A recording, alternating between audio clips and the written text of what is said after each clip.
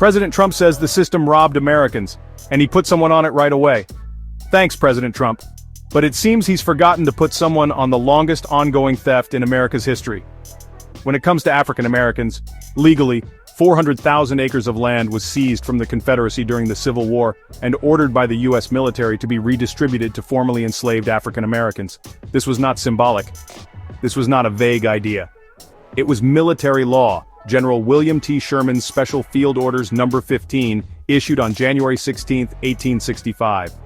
This law set aside exactly 400,000 acres of confiscated land to be divided into 40-acre plots, to be owned outright by African American families who had been enslaved.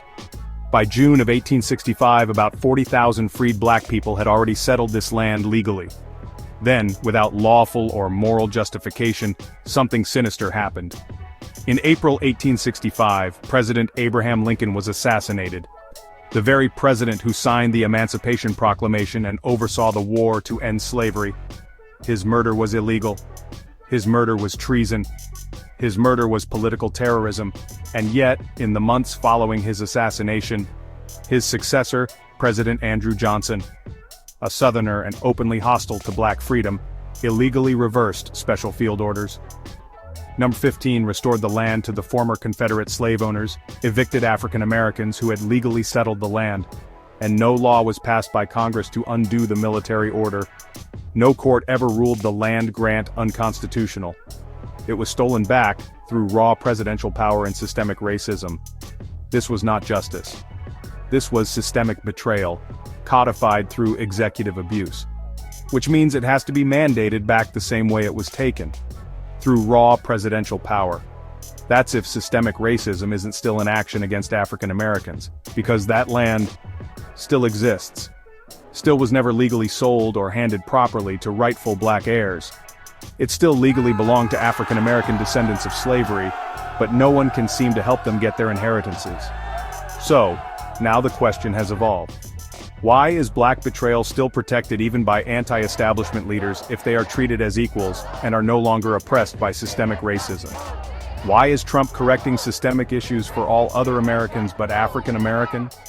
Why didn't he mandate African Americans their inheritances before he started dissolving resources that would otherwise be difficult for them to acquire?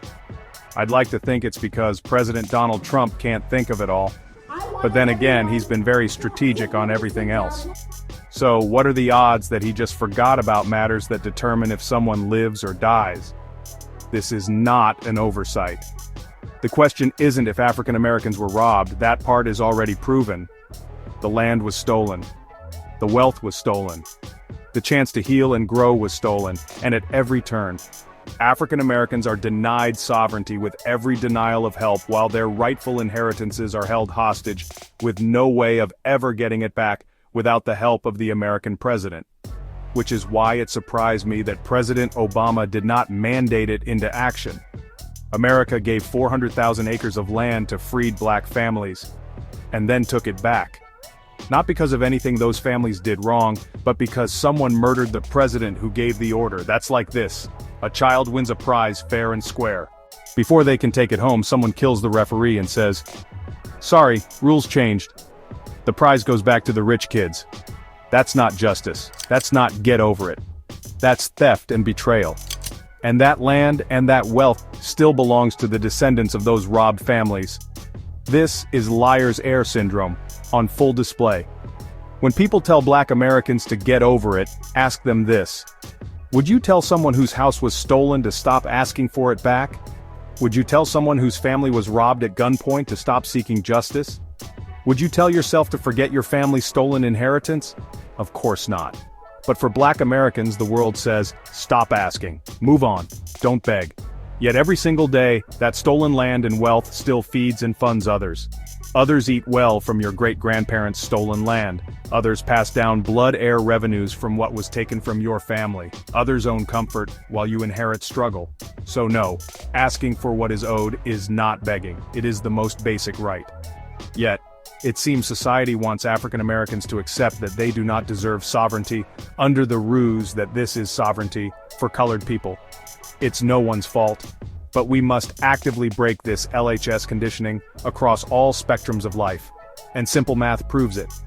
If systemic racism is over, as many claim, if African Americans are equal now, as people like to say, then why is black betrayal still protected? Why are anti-establishment leaders silent about it? President Trump fought for farmers, he fought for workers, he fought for veterans, he fought for law enforcement, he fought for middle America. But why not black America? If he was ready to tear down systems for everyone else, why didn't he start with the people whose stolen legacy built the system? You could say, maybe he forgot. Maybe he can't think of everything. But that doesn't make sense. This is the man who was strategic about everything. He calculated every move. He planned every disruption. He targeted every weakness in the old establishment. So are we really to believe that when it came to black America, the original victims of America's oldest theft, he just forgot? Or is the truth this? Some betrayals are so protected even disruptors are afraid to touch them. Because fixing this betrayal would expose America's foundation as stolen, would require those in power to give back what fuels their legacy, would equal the true restoration of black sovereignty. And that they fear most of all. Donald Trump is hailed as the boldest disruptor in modern politics. And I hate to have to say this, but look closely, the order of operations is no accident. Trump came to power declaring war on corruption, he disrupted foreign deals, he tore down bureaucracy, he pushed to free middle America from unfair policies, but when it came to black America, no reparations, no mandate for the stolen 400,000 acres, no restoration of erased generational wealth, nothing. Not even a public conversation. In America's history, reparations weren't an unfamiliar idea. When Native Americans were forced off their lands, even through broken treaties and brutality, the U.S. government later returned land, issued federal recognition, and provided sovereignty in various forms. Was it perfect? No. But it was acknowledgement. It was restoration of identity. It was a government saying, "We took, and now we return something." But for black Americans, stolen from their homelands, enslaved and freed without compensation, the same nation promised something too. 400,000 acres, a foundation for sovereignty, a chance to become whole again. Then, Lincoln was assassinated. No land. No reparations. No sovereignty restored. And everyone moves right along because this is best for the 88%. So ask yourself this. If 400,000 acres belong to the 88%, if their families and futures were stolen, would America tell them to wait, to stop begging, to forget? Of course not. America would call it what it is, an emergency, and payment would come fast. But black America? Still waiting, still told to be patient, still denied. This is why liar's heir syndrome is the hidden hand, quiet, calculated, ensuring black betrayal stays normal. Share if you refuse to pass this lie to the next generation. Comment no more waiting to stand against LHS. President Donald Trump targets big tech Wall Street corrupt politicians. He calls them thieves, cheats, and enemies of the people. But when it comes to the first and greatest theft in American history, 40 acres stolen from each African American family that could be situated within the time frame of Lincoln's enforcement of the law and his assassination. Yet, shockingly, Trump says nothing about it, ever. Yet he's unintentionally creating issues that present more problems for blacks than anyone else. And no mandate for people who obviously need a mandate for justice to happen as soon as possible. For African American people to get used to thriving, over-surviving, they need a home. Promises were made to the African American people that were not upheld because African Americans have never been viewed as equals when it counts. When it counts, African Americans are usually historically excluded. Ask yourself this, if African Americans are now equal, why is there a mandate needed right now to get their own property back, to get any justice for the withholding of their property, and no justice for intentional systemic racism for generation after generation? Although unspoken of, it has been scientifically proven that this constant state of survival mode African American are forced to live in changes DNA and heart function. But keeping it real, that is not enough to make 88% of anyone to give up free money, especially if it means the people bought here to be slaves aren't being forced to work, like they are today. Most African Americans struggle check to check if they're lucky, while their money and land feed and protect someone else's family.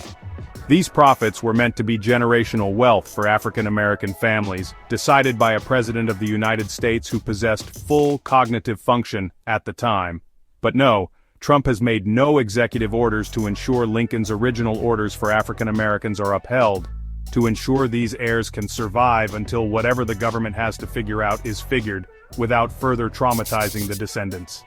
The current economic crisis is being downplayed while many African Americans struggle beyond the basic struggle of an American citizen. LHS is at it again. For liar's heir syndrome to be so ancient and so active, it's amazing it has never been officially acknowledged by the APA, WHO, and similar bodies. Liar's heir syndrome was officially discovered and termed by Ashley Tucker and empirically mapped throughout all the world's greatest ancient empires' rises and falls. Black America? Once again, erased. This isn't neutrality. That's not by mistake, that's strategy. And when you zoom out, it aligns perfectly with the odds and the old establishment. 12% Black America, historically disenfranchised. 88% non-Black America, benefits from the status quo staying exactly the same. If Trump corrects systemic injustice for Black America first, he risks the comfort, security, and quiet approval of the 88%. That's political suicide. That's breaking the lie, something even disruptors fear to do. So instead, African Americans, again, are told, wait, be patient. You're asking for too much, while others cash out on government benefits, systemic relief, tax breaks, business incentives, home ownership opportunities, and everything else tied to repaired systemic oppression. This isn't equality. This isn't oversight. This isn't sovereignty. This is more exclusion, dressed up as strategy. Because true sovereignty cannot exist while descendants of stolen wealth are locked out of the collective benefits of citizenship. No other American culture today is blatantly minimized at every turn. This is how strategic beneficiaries operate, and through the LHS lens, Trump fits perfectly. He ended civil rights protections, removing systemic racism defenses. He dismantled diversity protections, erasing repair pathways. He attacked Black historical truth, deleting cultural memory aimed at quantum repair for the entire people. At the same time, billionaires are protected, bureaucracy is disrupted, Black injustice is guarded and untouched. And ask yourself this. If 400,000 acres and centuries of unpaid wealth belong to the 88%, if their land, families, and futures were stolen, and no president ever returned it, would they be told to wait? Would they be told to stop begging? Or would America call it an emergency and demand payment immediately? That's the difference. That's why Black America still waits.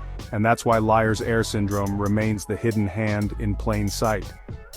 America is a voting-based nation. Decisions are based on majority rules. African Americans make up 12% of the US population. The other 88% are not African American. In a voting nation, 88% can always vote no to reparations. 88% can always vote no to land restoration. 88% can always vote no to repairing historic wrongs. This is not about begging. This is not about asking for handouts. This is about what already belongs to them, and every day the land and wealth stay stolen. The crime continues. And yes, this does fit the criteria that warrant reparations, along with much of what is already known of and downplayed. If the world ignores this, it means they never intended to make things right in the first place. Until the theft is addressed, liar's heir syndrome remains alive, and Black betrayal remains protected. This means Black America can never outvote the majority on issues that threaten the benefits and inheritances of the majority. Justice that depends on votes is justice permanently denied. The system was mathematically designed to ensure African Americans always lose. This is why no anti-establishment leader, not even Trump, will address Black America's original and ongoing theft, because their power depends on our loss being permanent. Disrupting this lie would collapse the illusion that America is fair. It would expose that democracy alone can't fix generational crimes. It would force the beneficiaries of Black theft to give up power. For strategic beneficiaries, that is too dangerous. So Trump and others disrupt everywhere, except where it will finally make Black America whole. The betrayal is so open, simple math exposes it. The world just plays dumb about it. This is liar's heir syndrome in its purest form. Not every defender of a lie wears a suit in DC. Some wear red hats and shout about freedom, while guarding slavery's last inheritance. You are watching COINTELPRO 2.0. It didn't die, it evolved. It became math. It became law. It became normalized betrayal. Share if you see the game clearly now. Comment. I see the math. If you know LHS must be broken, now. This is a reminder not to forget about the few, while looking out for the many. Next up, COINTELPRO 2025 Series Episode 2, Teaser. The faces changed, the mission didn't. You may think COINTELPRO ended in the 70s, but when was the last time Black Justice ever truly got a voice? The faces changed, the tools changed, the technology changed, but the mission never did. Then, wiretap spies raids character assassination. Now, social media manipulation, mockery and meme warfare, controlled narratives, movement hijacking. The playbook remained, the targets remained. Silence black leaders, erase black justice, protect inherited power. Today, COINTELPRO doesn't knock on your door, it slides into your feed, it floods your culture, it turns righteous anger into punchlines and hashtags. The goal is still the same: break unity, distract the fighters, protect the throne. COINTELPRO didn't disappear, it became invisible. Coming up in Episode 2, COINTELPRO Then vs. Now, The Unbroken Agenda. Stay tuned, follow the COINTELPRO 2025 series, share to break the silence.